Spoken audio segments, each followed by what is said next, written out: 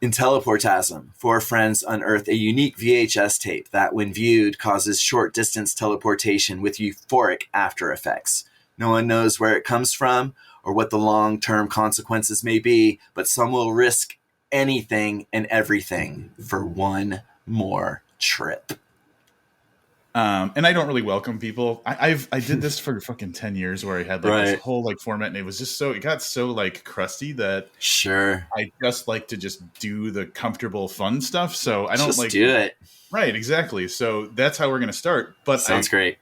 the thing I really want to key in on at the beginning of talking about your book, um, is not about the story at all, but it's something that kind of like bookends the story, which is the idea of friendship. So not only in the dedication, I believe it's a dedication, it's dedicated to like the idea of friendship kind of, but also in your afterword, you talked about, you outright said, like, if there's one message from the book, it's about friendship and not, like not neglecting friendships and how important they are. So like, that kind of thing. So very, very clearly, is a message in here that friendship is important. So, where does that come from? Was that something that inspired the story, or is it something that while writing the story you were like, oh man, this really makes me think of all these important friendships? Or yeah, what's the story? Sure. Well, I think I knew that I always wanted friendship to be a part of it. When I originally started my first draft of Teleportasm, was focused much more on a friendship and a friend trying to reunite with a best friend. That plot line kind of went by the wayside, and I'm glad it did. What emerged is the Teleportasm that you will all experience. And the four main characters, Barry, Frankie, Snaps, and Lars, they all kind of remind me of myself in some ways and my friends who I hung out with at that post-college time in your life, where everything just feels really exciting. And I miss those guys. I don't have friendships like that anymore. And I think that friendships like that are rare. And I think that it becomes clear reading Teleportasm, and it certainly doesn't take away from it to say this going in, that there's a drug metaphor there. And I think that if I'm being honest, and if you're going to look at it, it's about how crazy things like drugs can really ruin otherwise awesome connections. And that's a shame when it happens. What you just said reminds me of that kind of feeling I had with, that you're in your early 20s and you got this core group and you just, it's like the world is so in front of you. So that does, yeah, I get that feeling out of that. But I was talking Good. to Richard Chismar about his book Becoming the Boogeyman, and in that book there is a whole thing where like it's a thing called Chisapalooza or something, where him and his friends get together once a year and have a big bash and everything. Yeah. And how important that sounded to, well, it really kind of like talking about those things highlights how much we don't have them in a way. And I told him that since the pandemic started, me and three other friends from like that I met in like the third grade, every other Monday we do a call for 2 hours where we just talk about whatever. And it started out as remembering our childhood and kind of capturing things and all that. Now it's just kind of like we hang out and talk.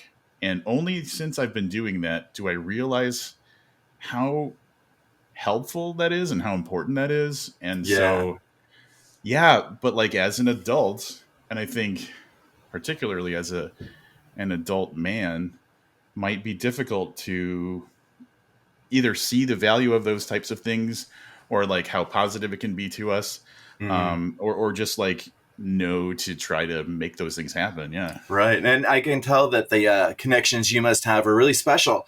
And I think something I say at the end of my book, too, is that you need those connections to kind of realize how far you've come. When I talk to guys who knew me back in high school, I realized how different I was then. And all of a sudden, your life has a lot more perspective. And so I guess I just, a lot of those connections from high school and college, things that got screwed up over bullshit, I regret. And, writing these scenes with Frankie and Lars and Snaps and Barry just really made me remember those fun, easy times and wish that I could give those guys a call again. Yeah, yeah, yeah. That's we don't know about those schisms, like when they're going to happen and how it's going to affect us. Yeah. Um, yeah, that's great. I loved the idea of friendship, because what I haven't acknowledged yet, what we haven't got into yet, is how crazy and fucked up the story gets because of kind of the main premise of the teleporting aspect of it, which we will absolutely talk about. Um, but yeah, like I like that there's a message that comes from a very personal place for it Yeah. that's living inside of this. Once people listen to some of the conversation we have, they're going to be like, that's about friendship. Right. It's not obvious. I certainly don't hit anyone over the head with it. And it was just kind of, how I started, like I said, focusing on this group of friends in a very laid back, easy time in their lives. And then, the reflections at the very end, I'm not going to spoil anything, but, kind of putting myself in the shoes of the last person standing and imagining how that feels. And, yeah, friendship is a great thing. Teleportasm's not going to hit you over the head with it. You're going to have a good time. And if you think about your friends when you're done, well, that's good too. Yeah, yeah, yeah. It did definitely kind of take me back to that situation. Like, I think Good. because we've all had that experience of like going from, like having that core group. So like it does, yeah. I think it's an easy way to kind of get people kind of connected with the characters. Yeah. For sure. Um, and I'm gonna bounce around. I'm not gonna do this like in any kind of specific order, but That's these are the great. thing. One thing I'm really excited about to talk about. It's kind of stupid, but in one of the first of all, I'll just acknowledge that the chatter I've seen so far, a lot of people are acknowledging a specific chapter as being particularly kind of gut punching, and so chapter 9 is absolutely one of the, I want to say, bleakest, most hopeless kind of moments in the story. And we can talk. I care about spoilers as much as you do, so Sure. um, I'm dancing around it now, but we can dig deeper into it. But before we talk about what makes it so hopeless and bleak, there's a thing in there that is kind of personally, I thought was very entertaining because I live in Illinois, and it is the Seven Gates in Collinsville, Illinois. Right. So for anybody who's listening who's not aware of it, it's kind of an urban legendy thing where there's these seven, I guess, like I don't know, like overpasses, bridges. There's some Trellises. trellises. Yeah, Yeah. thank you. That you're supposed to pass through, and if you do it right, like you go to hell, basically. Yeah. If you drive through all 7 in the same night, you end up in hell. And so, first of all, why that comes up in this story is like the perfect kind of like encapsulation of why that is so bleak and stuff. But before we get to that, how did that get on your radar? Do you know Illinois much, or is it just something that you had heard of and you thought this was cool to incorporate? Man, I am just such a fan of urban legends and creepypastas. And yeah, there's a point in that chapter where you basically get kind of a tour of a lot of these mystical places. There's the seven trellises. There's Toad Road, Amityville, the Amityville Horror House, one of the graveyards from the Texas Chainsaw Massacre. You kind of like go on a tour of all these places where you're likely to meet some sort of crazy, scary fate. And the seven gates of hell is always kind of stuck with me. It's such a vast metaphor, like you clued into, the idea of doing it and the motivation for doing it, and the way it could end. There are so many different ways that sort of quest could end. But yeah, I just love creepypastas, and that's one of the things I was pulling from for that chapter. That's awesome. It's something that I talked about in my previous podcast, where we were talking about urban legends and stuff like that. And specifically because I'm in Illinois, we wanted to find something local. And I am not a person who has any kind of superstition or belief in those things. So in the conversations, I'm like, I'll go there and do that. Like, I have no problem doing those things. There was another one, which is the elevator game. I don't know if you'd heard of. Right. Yeah. And anytime me and my kind of besties get near a building that's got enough stories, I'm like, let's go do the elevator game. And they're like, no, we can't. I'm the same way, man. It's like, I don't believe in ghosts, but I don't think I'd want to spend the night in a dilapidated farmhouse with no electricity. I think I would be scared shitless, So that's kind of the juxtaposition of it all. Supernatural horror is one of my favorite genres to watch. I love supernatural horror movies. But I don't believe in the supernatural. It's just because it's getting close to believing it, or at least being able to feel that sensation. It takes something special to do that to me. And I love that feeling of really being scared by something totally unknown. Yeah. I'm trying to, cause I feel like I'm the same way, based on how you just described it. And I'm trying to think of what it is. Like, it's like the more I can be convinced, like the more entertaining or exciting it is, or something. I don't know, but I'm kind of with you on that. It's kind of like why I like conspiracy theories too, because I don't believe them, but the depths people will go to make it seem believable just fascinates me. And it's kind of like, go for it, convince me. And some of these conspiracy theories get kind of close, where I'm like, you're onto something, maybe it doesn't end with aliens, but you're onto something. There's, at the very least, there's an unspoken agenda there, if not an out and out conspiracy. I'm gonna specifically say something that I'm gonna cut out, but I'm gonna leave in the part where I just said that, so that people are gonna be like, what did he tell him? Like, sure. How much do we not know? Yeah. How much information? How many layers of information exist? Yeah, exactly. I love plumbing those layers, whether we get to the bottom or not. It's just a fun ride. So, all right, but I was flirting with, I was talking about kind of what the impact of chapter 9 was without really saying what happened. And we can go as deep as you want to, but with all of the things that you said about the tours of going to these like creepy places with all these kind of like, meanings behind them, really, like, if I was to tease it to someone, I'd say, like, what would push someone to be in a mindset where they're like, I need to go to these places? Like, what would need to have happened to someone, right, to make them go down that kind of path? Yeah, and I like just posing that question. You'd have to have gone through something quite extreme. What I love about chapter 9, it's called Welcome to Dead World. I don't mind saying that out loud. I think it's great. If someone bought the rights to Teleportasm to make a movie, they'd have like plenty of options. You could make a movie just out of chapter 9. It's one of the things I love about how my book unfolds. Yeah. But chapter 9 is the point in Teleportasm where the shit really hits the fan.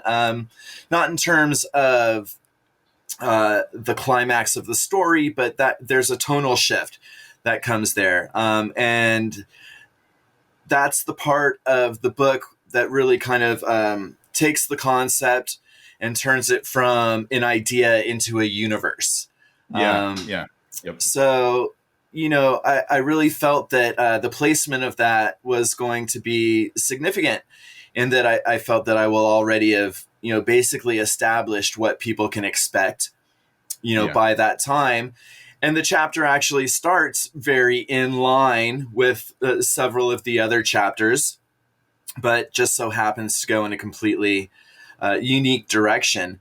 And from that point on, I think every chapter that follows is significantly darker. Yes. So it's just a great turning point.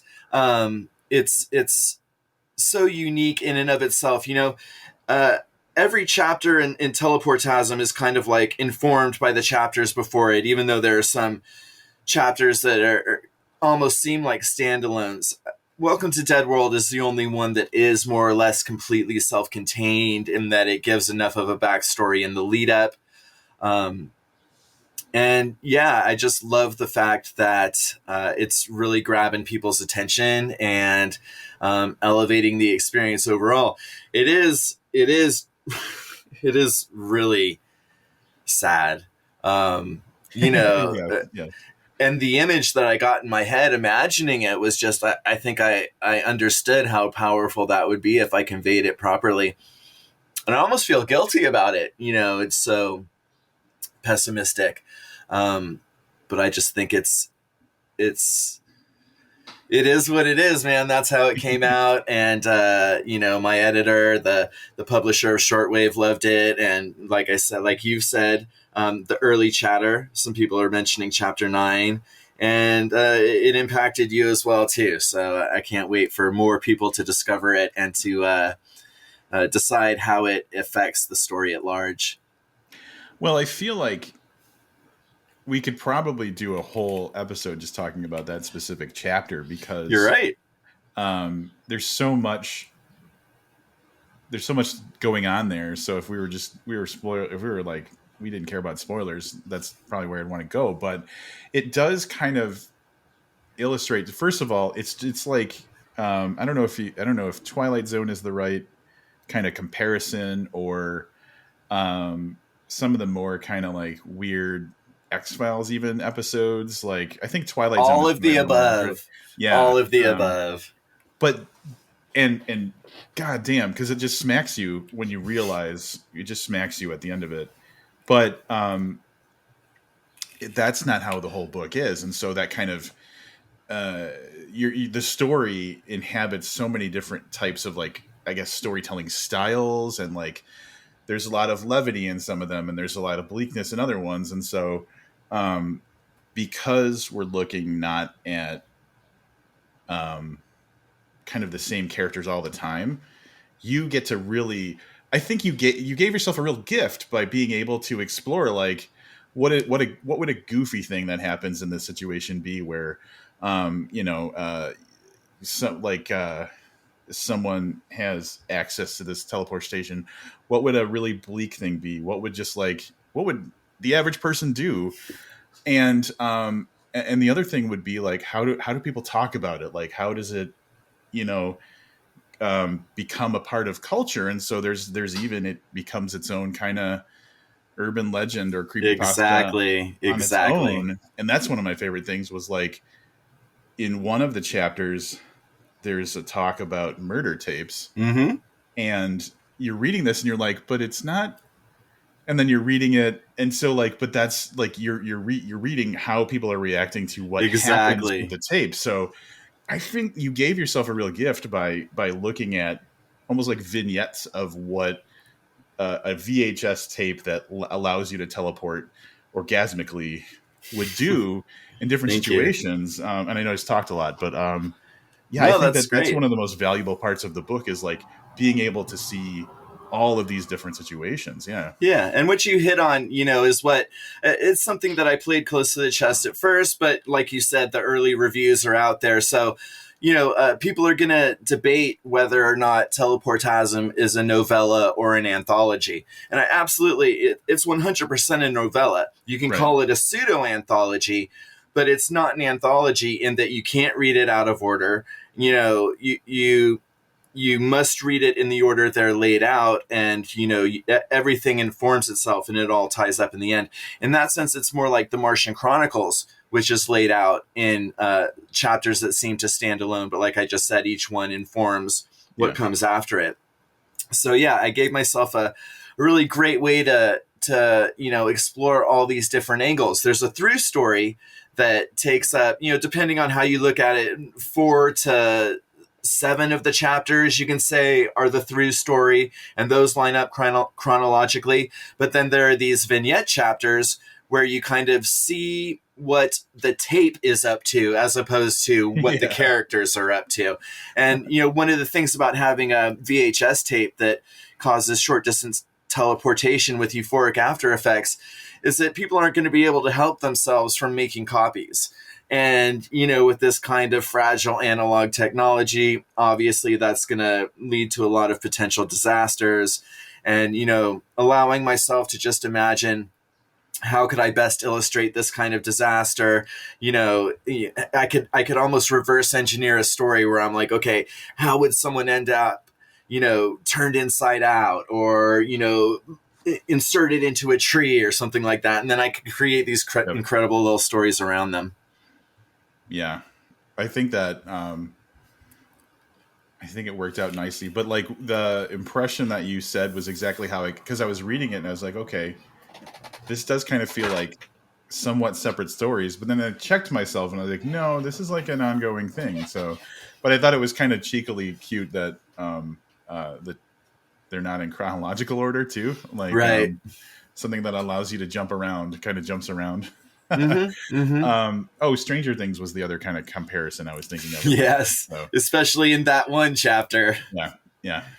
That was I just had forgotten to say that, but God, so like that's the thing. I'm reading this and I'm like, I want to talk about this. I want to talk about this. There's so many little details, and I'm going to acknowledge right now.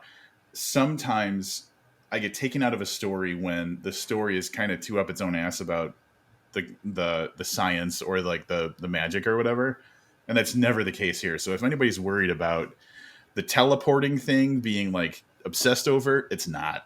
Thank you for pointing that out. Yeah, it's very low tech in terms of the sci-fi. The main characters are just your regular 20-year-old stoners, and if they can figure it out, you can figure it out too. Yeah, and you did.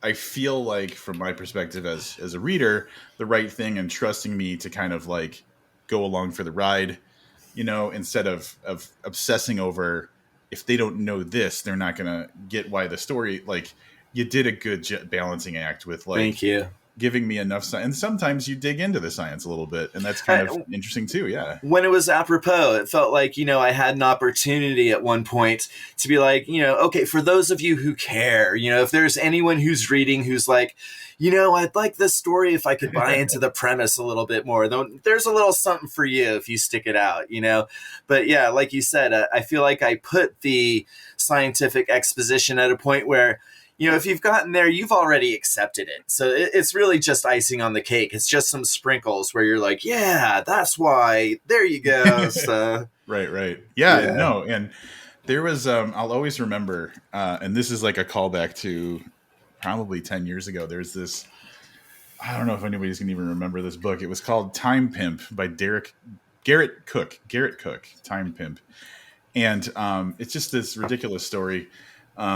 But one of my favorite things about that story was like, at some point they're talking about how time travel works.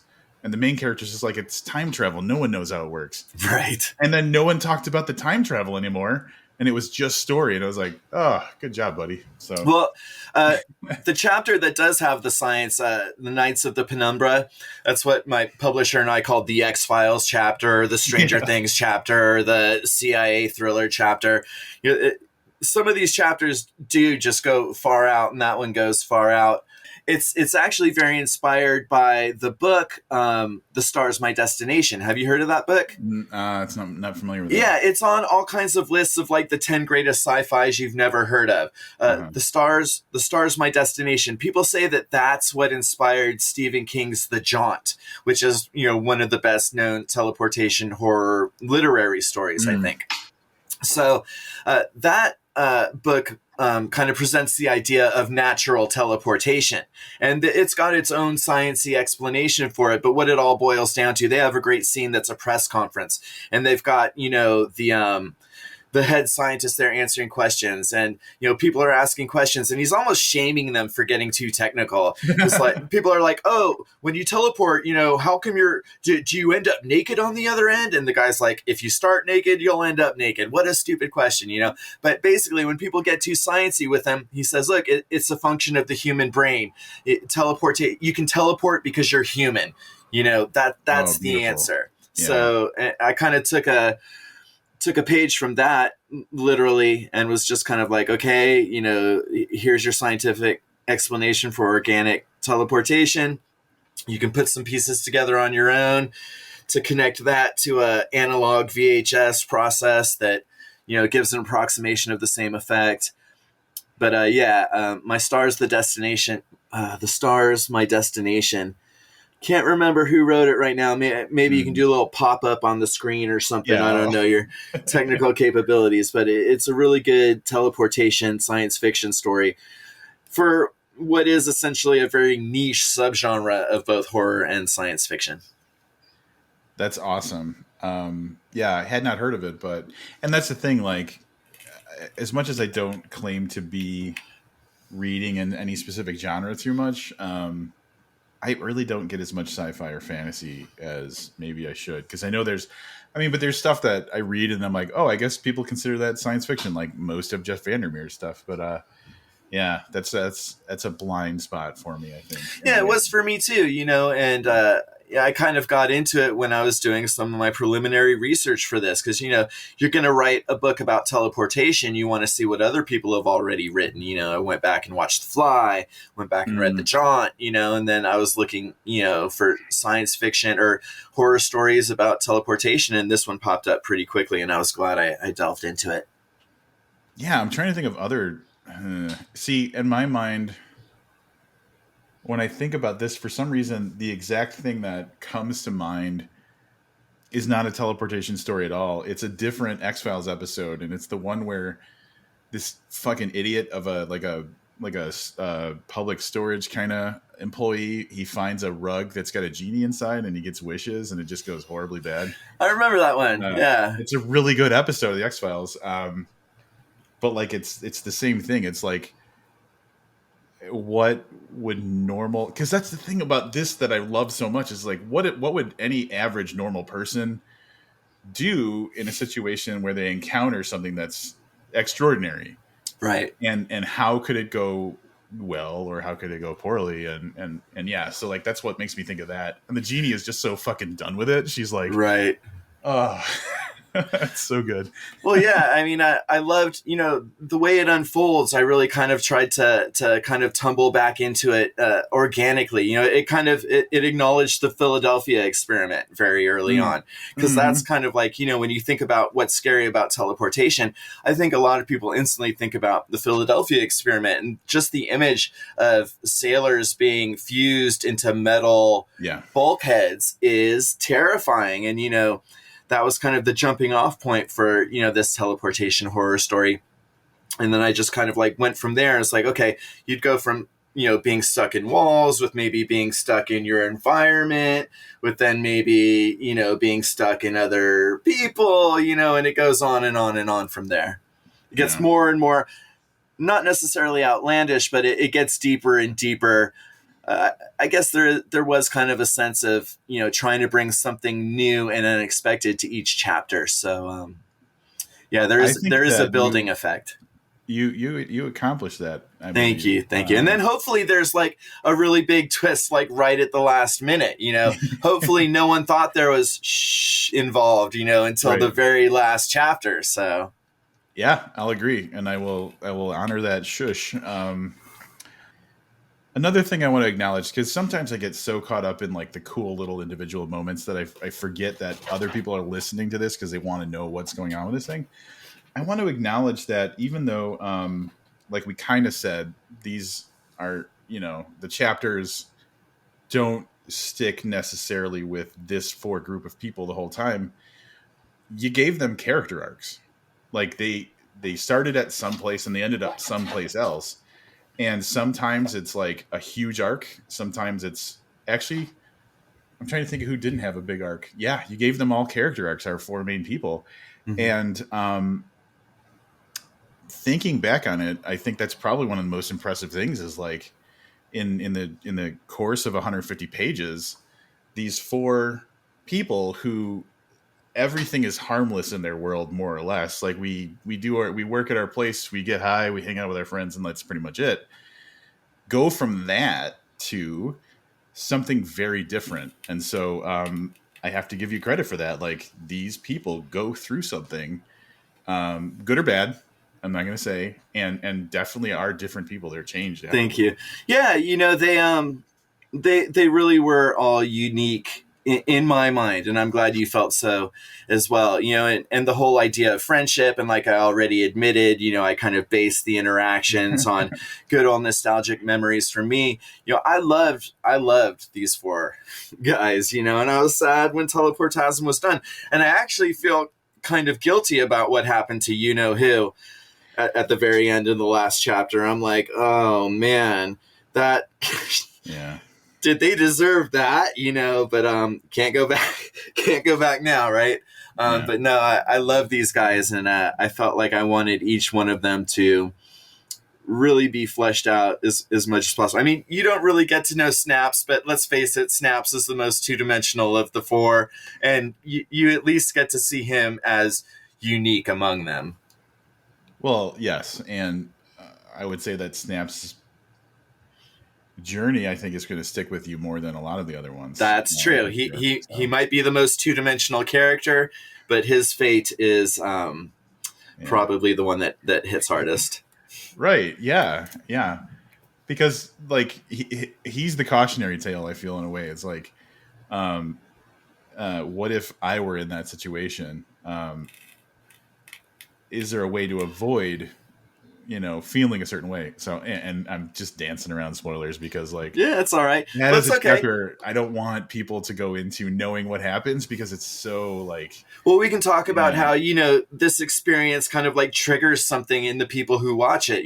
Very few people can experience this short distance teleportation and walk away unchanged, right? Literally and figuratively, right? But it just it kind of like flips a switch in people, and that's kind of the drug metaphor a little bit. And it's just kind of an analogy for every once in a while your life will just completely change because of something seemingly random, and you can trace it all back, and you're like, wow, that was the night everything changed, and you wouldn't have thought it was going to be a world-shattering evening the way it started, but even the way it ended, sometimes you don't realize the long-term ramifications until much, much later. Right. Yeah. Yeah, absolutely. Yeah, it's just a really cool. And then, but it like the concept of this also gave you the opportunity to look at what would the applications, what would people choose to do with it, and obviously the first thing that anybody's going to think of is like the military wants it, because if you can teleport, of course the military wants it. Yeah, teleporting super soldiers. That's the ultimate goal. Right. But then there's also like the euphoric aspect of it. And so like and that's where the addiction and like the chasing a high kind of thing comes from. So yeah, I think that's what I brought to the story. I don't think there's been in The Fly, Jeff Goldblum's character Seth, he comes out feeling great, and you find out later it's because he merged with this insect and he's gaining all sorts of new powers. Right. But that might have been a bit of the jumping off point. But I think it is original that like teleportation like feels good. Just imagine like how different Star Trek would be if every time someone used the transporter, they'd be on the other end being like, oh, yeah, It's just like no one ever brought that to the table, but just the idea of being kind of, I don't even know where it came from. I think it started off with the idea as it would just be a goof to watch something and be thrown across the room. Right. It would be a kick. And then I was like, okay, and it feels good too. How good? Shit, better than anything you've ever had. Right. And then again, the story then has all these options, Well, yeah, and then that makes me think about the ingenuity of stoners. So that's got to be when I was young, when I was in high school. I was a freshman in high school. All my friends were seniors, so I was going to parties when I was too young for that kind of shit. So I was like 13, watching people do gravity bongs. And I'm having someone explain to me what a gravity bong is. And I was like, that's fucking genius. Like that, and I'm you're familiar with. Hey, the first time I did a gravity bong, I thought my eyeballs were burning out from the inside, man. It was intense. So like, but to me, that kind of illustrated the thing that's become like, I don't know, like a cultural thing is that like a stoner will find any way to smoke weed or whatever. But like, there's like all that is just like, how do I take this thing and apply it to Like how can I iterate this to make It's it an ingenuity. You're experience? talking Yeah. about ingenuity. And, I love Cheech and Chong, God bless them, but they kind of, that kind of stoner stereotype didn't really exist before then. Before then, stoners were rabble rouser hippies. They were, politically Hmm. involved. They were taken to the street. And Cheech and Yeah. Chong came along, and it was so funny, and I love those guys. But they kind of gave stoners the reputation of just like sitting on a couch and you're stupid and you just say man and dude all the time. I wanted Yeah. to write something for stoners where it was more realistic. Stoners are Right. complex individuals. I'm not going to say I didn't lean into the stereotypes, but I am a stoner, so I'm allowed. So, but, I also wanted to be authentic about it. And Right. stoners, like you just pointed out, can be very use a lot of ingenuity. There's an aspect of cannabis that adds to artistic appreciation, watching movies, listening to music. There are aspects of cannabis that are great for introspection, great for writing, and it's finally being pulled out of that Class A bullshit classification. It's not like heroin and crack cocaine. It does have medicinal benefits. So, we can laugh at the things about marijuana culture that are genuinely funny, but it's a lot bigger than that. And I think people know that now. We're coming to a new time where, stoners are, stoner almost is too little a word, because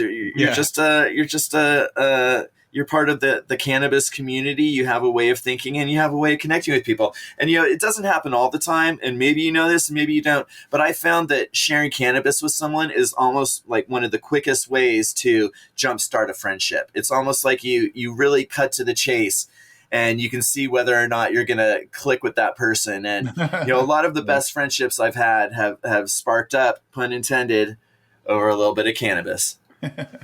I just think it's great that this technology situation landed in the laps of a handful of like average people who, because of, I don't know, like it almost feels like so Barry, for it would be my example of Barry as one of the four characters really latches on to the how it makes you feel kind of aspect of it, and he works out a system. So He's like the entrepreneur of the group. He's the one Yes. who like sees this and sees the dollar signs and sees the power that could come along with, he sees the value of it, and he can't wait to exploit it. Yep. And then other people fall victim to it. Some people, maybe Well, I are think just the kind other of three are all in their way, just completely controlled by it in one way or right. another. Yep. Their lives from that point over are defined by the tape. Yeah.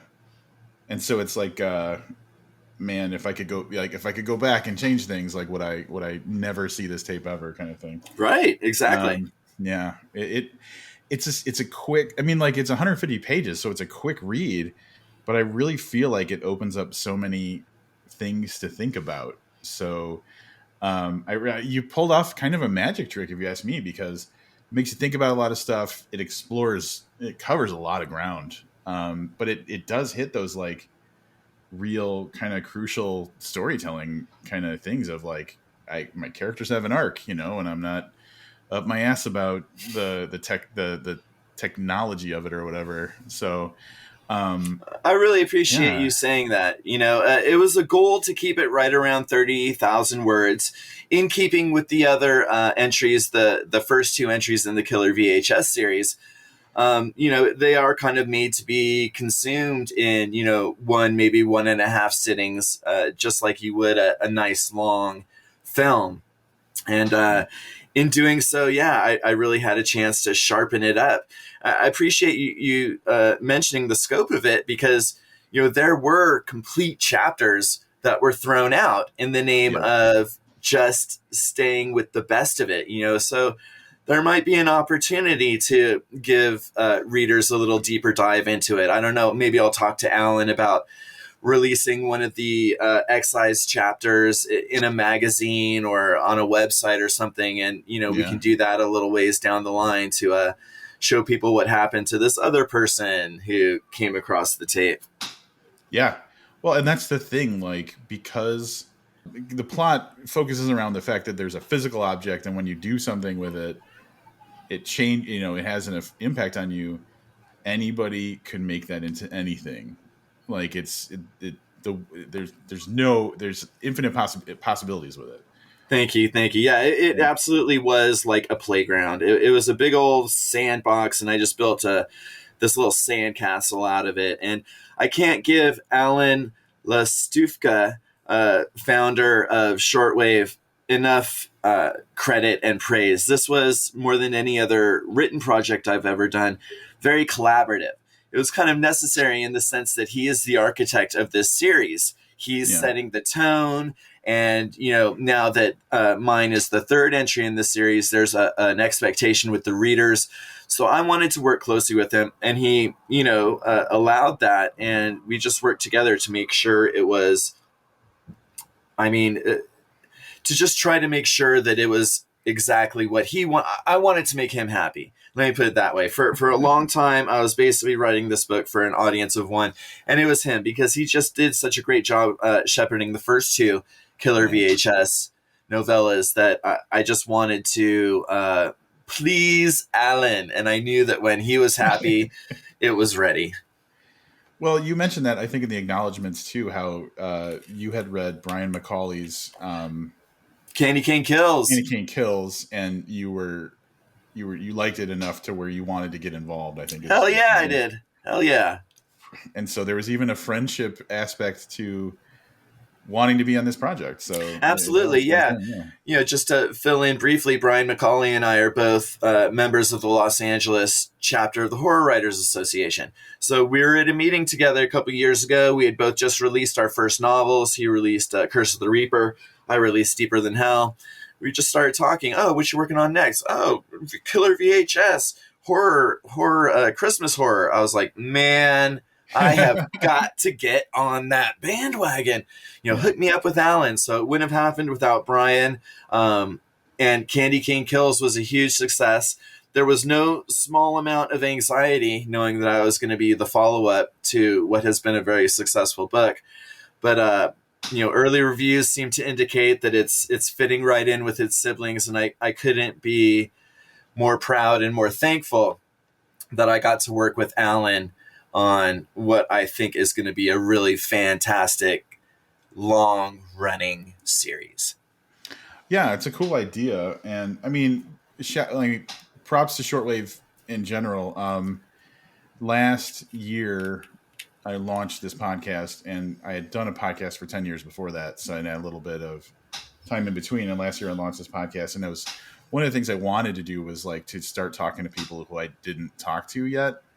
And so I saw Adam Godfrey had a book called Narcissus, which was and that was on Shortwave. And so I did an episode on that, and I was like, ooh, that was really good. So then Shortwave was on my radar, and then I talked to Chloe Spencer about Mewing, which was a great book. And so now, every time Shortwave is like, hey, I'm on the list now for when they have upcoming stuff. But so I'm really keeping an eye on Shortwave because for two reasons. Selfishly, I love not having to read 340 pages each week or whatever. And Shortwave, for anybody who isn't aware, Shortwave, the word short is in there for a reason. They publish shorter stuff from even chapbooks to, novellas and stuff like that. So selfishly, it makes it easier to read and get in a conversation. But man, he's just doing a lot of good stuff. He's pulling up a lot of names of people that are new. He's pulling in established authors who have been around a long time, and he's putting out stuff that is just really high quality. I think he's doing a great really job. High quality. He's more than just a great editor, a great publisher. He's a great writer. He has his own novel that's an award winner. He's a great graphics designer. He designs the websites, and even though he outsources to artists, Mark Fulchick's the one who did my cover as well as the first two Killer VHS. He's an incredible graphics designer. There you go. Yeah, that's it. So Alan is really a one-stop shop. He's really an amazing individual. And you're lucky, Rob, because if you like killer VHS books, there are 2 more coming out this year.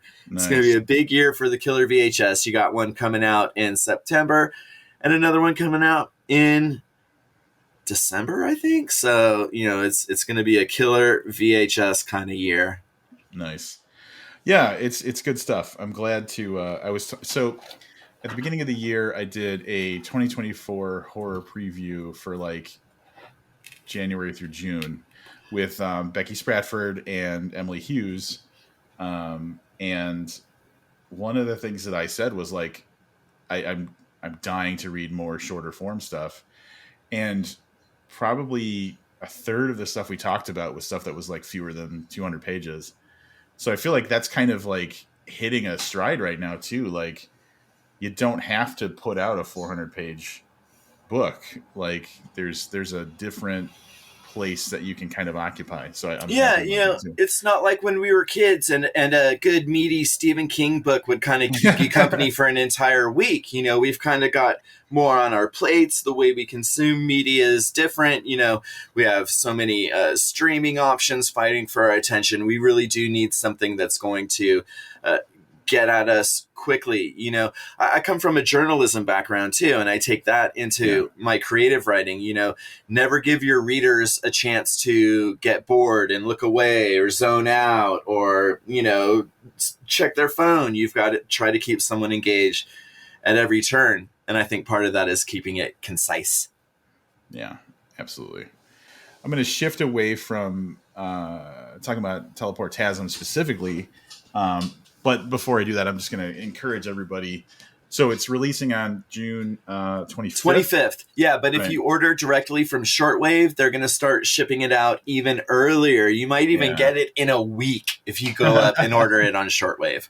Yeah, and it's just, I mean, it's so entertaining and fun, and you did a great job with it, and it really kind of tickles the brain in a way that, like, I think everybody should definitely check it out. So, I can't thank you enough for having read it and for being so gracious with your commenting. It means a lot to me. Thank you.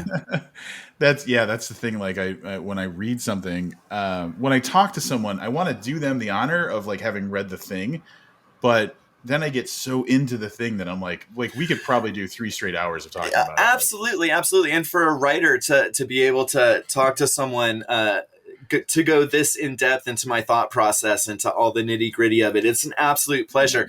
If we were, trying to keep a few things on the down low, we would absolutely be talking for a long, long, long time. Yeah. But like, so for anybody listening, you said you're a member of the Horror Writers Association in Los Angeles. I'm a member in Chicago. So awesome. Yeah. We're like, I don't know, fraternity brothers or something like that. Yeah, absolutely. Absolutely. But, so, and you mentioned that you had worked at Dread Central for a while. Really, the gist of it is, like, my impression of it is, like, you have been steeping in horror for a long time. A long time. So, like, what's your brief, like, what got you loving horror? And what has your journey been like, if you could kind of quickly summarize that? Yeah, you got it. I think I loved it from the get-go since the first time I went into a video store when I was a wee lad and walked down the horror aisle and saw VHS tapes like Chud and Pumpkinhead and Fright Night. And not only was the artwork great, a lot of times the movies were just fantastic. I love being scared. I kind of took a break from all that when I went to college. Did my college thing. I was into music and traveling and things like that.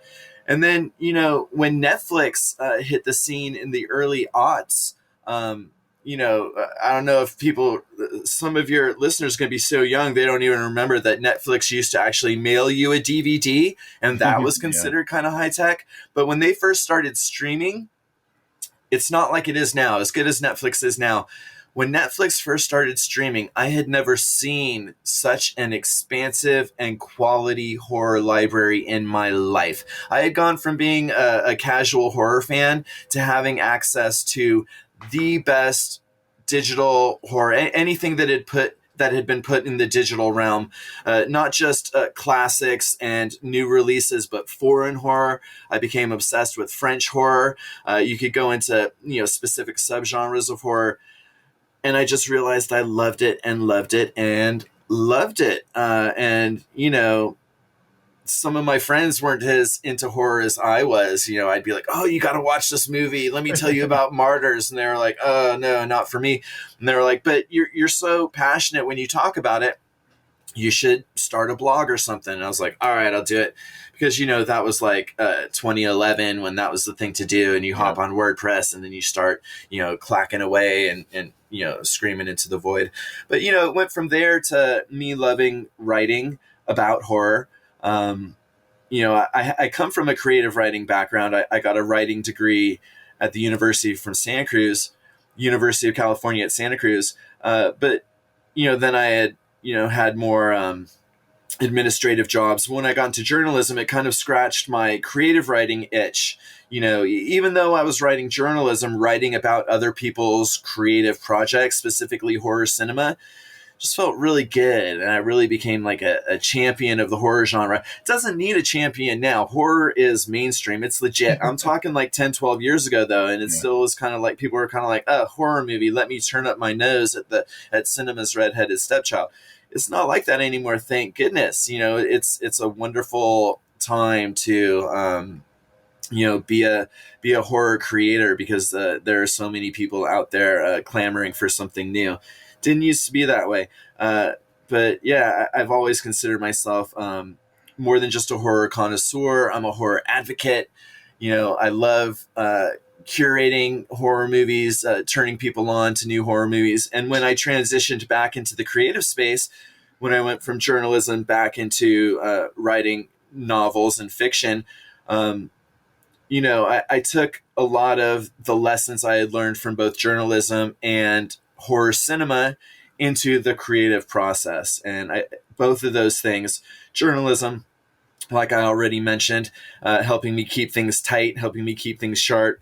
Horror cinema for the way it builds, for the way it shows symbolism, for, the way I learned about character arcs and, different interpretations of scary, the way horror reflects societal fears and things like that. It all informs how I write. And, if I could just keep writing books like Teleportasm for the rest of my life, I would be happy as hell. Beautiful. Yeah, absolutely. So what's, I'm going to leave this as vague as possible. So what's happening in horror right now that's like got you really excited? There have been some good films so far this year. The first Omen was great. I mean, it's not, one of the best ever, but it's certainly one of the best in a good long time. I was really happy to check that out. Late Night with the Devil is another one that I thought was incredible. So as far as horror goes, it's been a good year, and I think we've got some other great things to look forward to. Like I said, as somebody who, used to feel like a freak for loving horror movies, it's just so awesome to see horror having its moment in the sun, where it's one of the main drivers at the box office and, streaming services. And horror is just, directors and content creators like Mike Flanagan, are really elevating horror on both, the streaming side and the film side. And so many great writers in the sphere today. Like you mentioned, Shortwave is almost like a who's who of just wonderful, diverse writers, all of whom are making a buzz in their own way right now. So, check out Shortwave and, look at their author pages, and you'll see a lot of faces you recognize, and you might meet some new ones like me. And yeah, good stuff. Yeah, I'm talking to Clay McLeod Chapman next week. Awesome guy. I mean, I haven't met him personally, but if you follow him on Twitter and Facebook, you feel like you know him. He makes all those videos where it's like he's talking directly to you. And just having followed his adventures at StokerCon recently, yeah, I imagine that'll be quite a show. Yeah. StokerCon. So I was like, oh, I should go to StokerCon. And then I was like, oh, I need to pay bills and stuff. So that's like why, Same. And for me, it was a little heartbreaking too, because it'll probably never be closer to me. I'm in Los Angeles and it was in San Diego, and I right. could have, I didn't even need to pay for a hotel because I got family down there, but it was just, you can't really do it on the cheap. I mean, yeah, it wouldn't have been a financial hardship or anything, but I'm a dad. I have a toddler. My book's coming out in just a few weeks. But yeah, I'd love to go to StokerCon someday. Yeah. And that was kind of like, I was like, oh man, I really want to, like, I've got this, like, my podcast is newer. I want to, like, talk to people. Didn't get to go. But then I was like, and the other thing is, so I don't know how much time you spent in the Midwest. Not a lot of stuff happens in the Midwest. Like it's kind of flyover. So for the most part, when people are like, when the bigger names are doing their stuff, they're doing it on the West Coast or the East Coast. And like right. Chicago's easy to miss. But I found a few things in the next few months that I'm going to, like, Paul Tremblay's going to be in town next week. So nice. I'm very excited about that. And I love Paul. He's another one I don't know personally, but I love following on social media. I can learn a lot from those guys. I need to start, being a better brand ambassador for myself. Those guys do a great job of really connecting with their readers. They really do. But like, man, I see like Clay especially. I see him and I'm like, what energy? Where does he summon that energy? Exactly. Right. And where does he get that from? Like running around bookstores, hollering at strangers. Yeah. He's quite a character. But hopefully he's watching this right now. I know, right? Well, yeah. So he feels more comfortable coming on and talking to me next week. But there's a threat. Paranormal experience? Yeah, it's a paranormal experience. Probably a ghost getting angry at me, but it's got to be. There's a thread in that kind of thought that I've talked about with other people, and I want to see what your take is on it. And that and because usually I'm talking to authors, but like your perspective is more film, and in addition to books and stuff like that. I feel like the horror community has like I'm gonna try and say this in a way that doesn't offend people. Hey, yeah. The best, my favorite people that I see are the people who are so enthusiastic about the stuff as opposed to like promoting themselves. And so I feel like Clay's that way. There's a bunch of people who just work really hard for the love of horror. And I maybe it's just because I don't look at other genres that much, but I feel like that's probably one of the best qualities of horror. If it's not unique, it's definitely something that I think is like one of the best things about it is that the people who love it, they want it to just like, they want everybody to know about it. So absolutely. Yeah. Just in my own story, I went into it through fandom. I loved these horror movies and I wanted to tell everyone else how great they are. I never got any pleasure in writing bad reviews. I would rather not write a review than write a bad review. I just love telling people about great horror movies or, helping people see the greatness in movies they might otherwise dismiss. You're correct that I'm very much steeped in the film side of horror, but that's another thing that I think is so wonderful about this Killer VHS series is that it really demands that you keep one toe at least dipped in horror cinema throughout the literary process. Yeah, that's a good point. Yeah. All right. So before we wrap it up, I'm just going to, because we talked a little bit about urban myths before, I'm going to tell you a quick story about. So I was living in Vermont, 2009 to 2011, and I was living in this like little tiny town, but I was living in this building in like the downtown area, and it was like above like an Outfitters or whatever, like a like a REI kind of place, and it's this really old building, but it was like you could tell at some point it was a nice building because there was like a marble staircase and stuff like that, and weird things kind of like happened every now and then, but like easily explained, like something would be moved around in my apartment, but I had also asked them to do something to the bathroom or whatever. Like, so like I always knew that there was like, oh, it's the guy came in and did the thing or whatever. So like, but it was always kind of weird a little bit. And so, but like one day, I get in the elevator because there's an elevator. It's a 5-story building. There's an elevator. I get in the elevator, go up a floor, and then the guy who's like the kind of handyman, he's like the guy who, you know, he lives there, but he like gets like cheaper rent because he's the handyman. Yeah. That guy gets on, and I'm like, that shirt looks familiar. No. And so we're going up the elevator, and I'm like, wow, what a coincidence that this guy has the same shirt as me. Oh no. And then I'm thinking to myself, oh, it's been a while since I've seen that shirt. And so by the time I get to on the 5th floor, by the time I get to the 5th floor, I'm like, that's my shirt. Like, it took that long, you know, like, but finally I figured out this guy's got my shirt. Yeah. And then like, so I'm like panicking. I'm like, how does this guy have my shirt? What is going on? But then I'm thinking about all the other weird stuff that was happening. And like, there was just a moment where I was like, is this guy slowly taking over my life? Like, am I going to be like, am I going to vanish one day? Like, it got so weird that there was just this one moment of like, you know, just complete, like reality was wavering. And I was like, this guy is trying to slowly become me. And it was like the weirdest shit ever. So that's pretty weird. Yeah, that was pretty cool. Now, did you actually like find it like tucked away somewhere and realize, oh, it was just a total coincidence? We have the same shirt. Nope. So is there a possibility then that you left it in the laundry room? And that's my guess. Yeah. Okay. Yeah. I mean, that has to be the guess, right? Right. And that's the thing. It all has like logical explanations. Sure. But that's the only thing that kind of saves you from being like, oh yeah, I almost died. Sure. Right. I was in an elevator with a guy who almost killed me. Yeah, that happened. Yeah.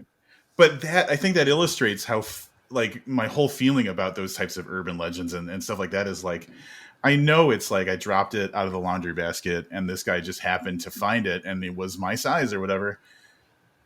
But there's enough weirdness where you're like, well, and that's, I think, the part that I love the most about it is like, for a moment I was like seriously considering that. Yeah.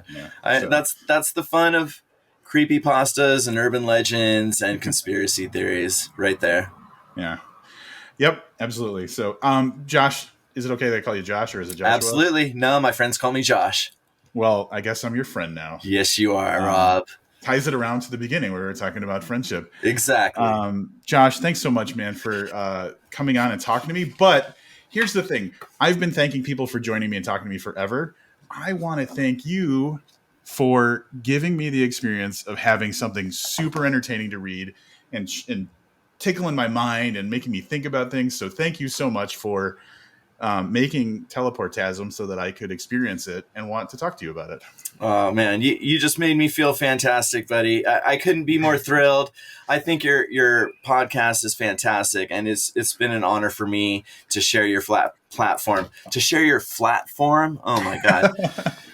To share your platform and to meet your viewers. Thank you so much.